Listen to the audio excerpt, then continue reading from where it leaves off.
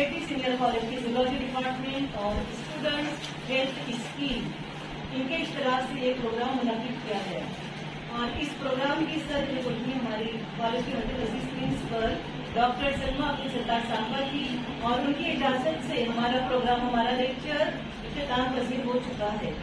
और हमारे जो गेस्ट लेक्चरर थे हारून अंसारी हॉस्पिटल के काउंसलर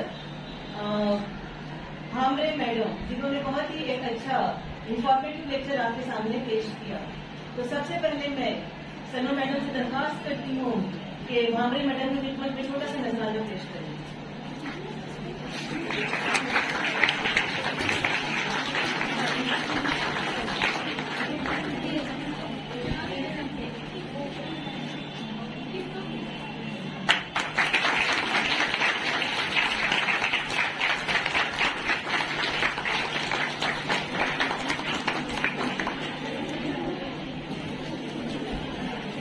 आज के हमारे इस प्रोग्राम के अगले मेहमान हैं खरे सर। उनकी खिदमत में मैं इस्माइल सर से दरख्वास्त करती हूँ कि छोटा सा नजराना पेश करें।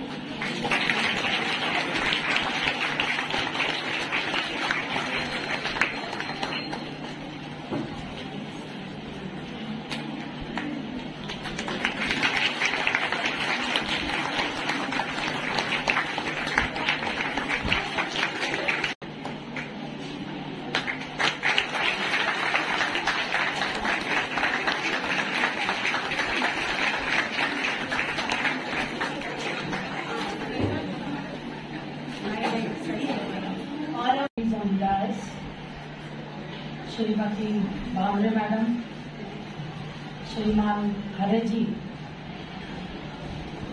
Doctor Mohammad Ismail sir HOD zoology, doctor Khan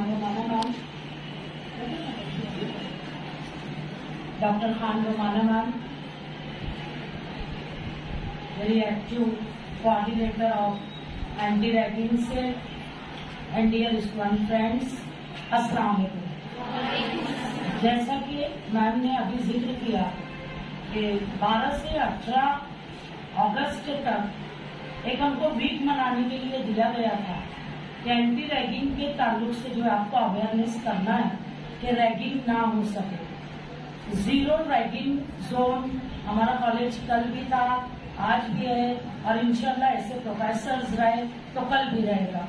तो मैं मुबारकबाद पेश करती हूँ doctor Khan Romana ma'am, doctor Ismail sir को कि उन्होंने आज का जो ये थीम लिया यूथ्स का अवेयरनेस करने का, एड्स के ताल्लुक से हम बात करने से भी झिझकते हैं पर हमें अवेयरनेस होना बहुत जरूरी है। तो आज हमको इतने बेहतरीन लोग हमें मिले खरे साहब और भामरे मैम की शक्ल में कि जिन्होंने आपको बड़े ही अच्छे अंदाज में आसान तरीके से एड्स के ताल्लुक से अवेयर किया। अभी बीइंग साइंस स्टूडेंट और being the students of zoology, you know better than we people, हमसे बेहतरीन तरह से आप जानते हो because you are expert for now at the stage of TY BSc level.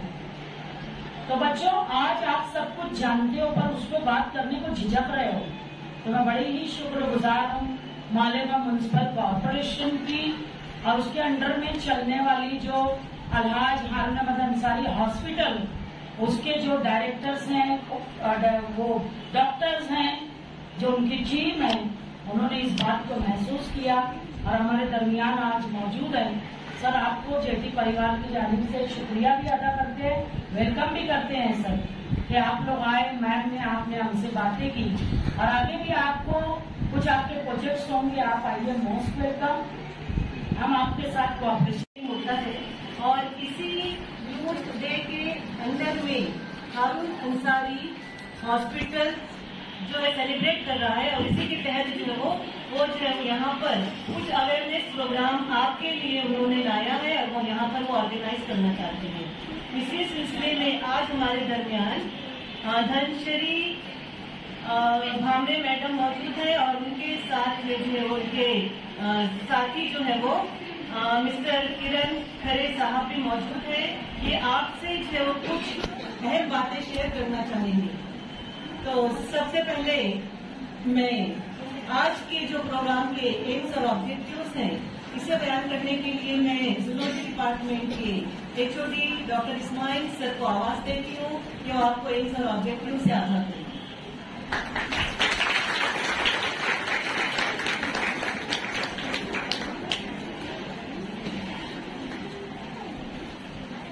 Thank you, ma'am. And good morning, all of you. Respected dignitaries in the dais and dear students, Assalamu alaikum. I am here to present aims and objective of today's program. As we, the Department of Zoology, in collaboration with the Student Health Scheme Cell of the college and Alhaj Harun Ahmad Ansari Sahib Hospital, Malegaon, organized a one-day guest lecture on the occasion of AIDS Awareness Day, AIDS Awareness Program. This guest lecture is organized in order to create awareness about the AIDS and HIV spreading and its prevention and control.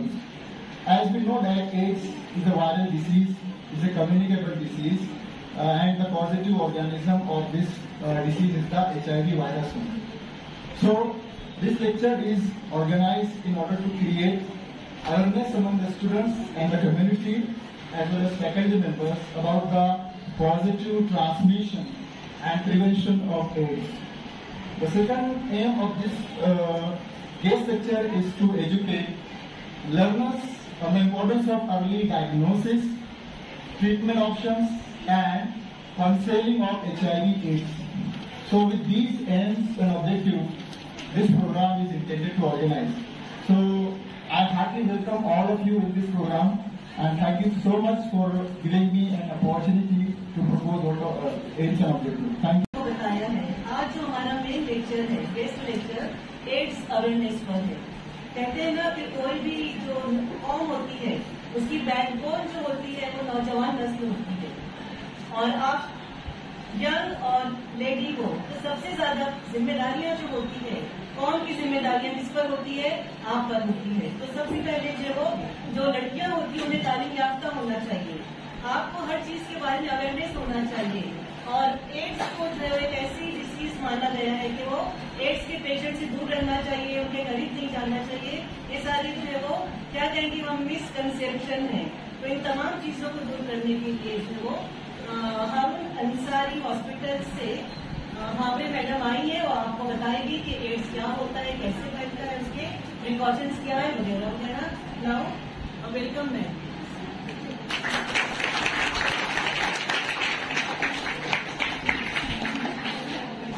सुप्रभात सबको।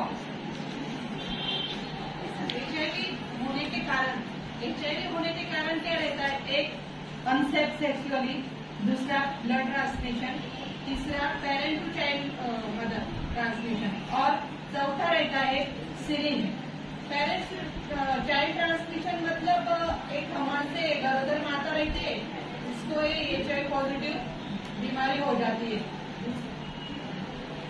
उसके लिए हमारे यहाँ एक testing होती है HIV की, जो पॉजिटिव रहती है, वो पॉजिटिव रही गरोदर माता तो हम उसको ट्रीटमेंट बताते हैं। ट्रीटमेंट ART रहती है हमारे सिविल में, तो उसको TNT नाम की टैबलेट दी जाती है।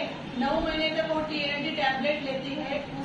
उसके बारे में वो डिलीवरी होती है। डिलीवरी के बारे में 72 घंटे के अंदर हम लोग उसका वायरल लोड चेक करते, 8वां महीना और 9वें महीने में वायरल लोड चेक करते। वायरल लोड में जो बड़ा रहता है तो हम 0 बीडिंग सिरप देते हो, और कम रहा तो नेविरेटिंग सिरप बच्चों को देते हैं। क्यों देते हैं? बच्चों को ये बीमारी ना होने के लिए हम ये देते हैं।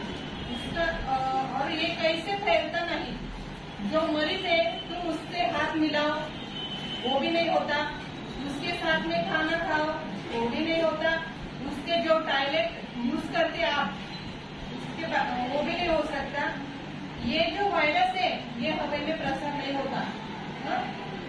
तो